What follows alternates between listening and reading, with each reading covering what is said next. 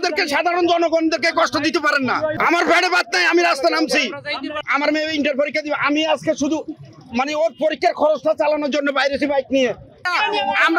আমরা কি দেশে কি চলাফেরা করার আমাদেরকে ইয়ে নেই? আপনারা ইনু সরকারের কাছে যান, ইনু সরকারকে আপনারা বলেন। আপনারা শুনেন আপনারা যখন দলীয় সরকার ছিল তখন আপনারা কেন আন্দোলন করলেন না? এখন কেন আন্দোলনে আসেন? আপনারা এটা একদম অন্যায়। এটা আমাদের মতো সাধারণ মানুষ, হাজার হাজার সাধারণ মানুষকে আপনারা ভুক্তভোগী। এরা খুব কষ্ট, আমরা এই যে কষ্টে চাকরি নাই, কোনো কাজ নাই, ছেলে মেয়েদের বৃহস্পতিবার আমার মেয়ের পরীক্ষার খরচটা চালানোর জন্য আমি আজকে বাইক নিয়ে বাইরেছি।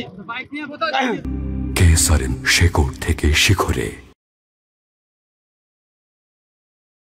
আমার মেয়ে ইন্টার পরীক্ষা দিবে, আমি আজকে শুধু মানে ওর পরীক্ষার খরচটা চালানোর জন্য বাইরেছি বাইক নিয়ে।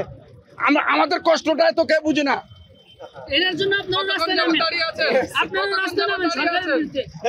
প্রায় 1 ঘন্টা ধরে আমরা জামে আটকে রয়েছি। তো আমাদেরকে কেন আমরা এত অপরাধী হব? তো আমাদেরকে কেন আপনারা ছাড়বেন না? তো আমাদেরকে গণতান্ত্রিক অধিকার নাই? আমরা কি দেশের মানুষ না? আমরা কি নাগরিক না?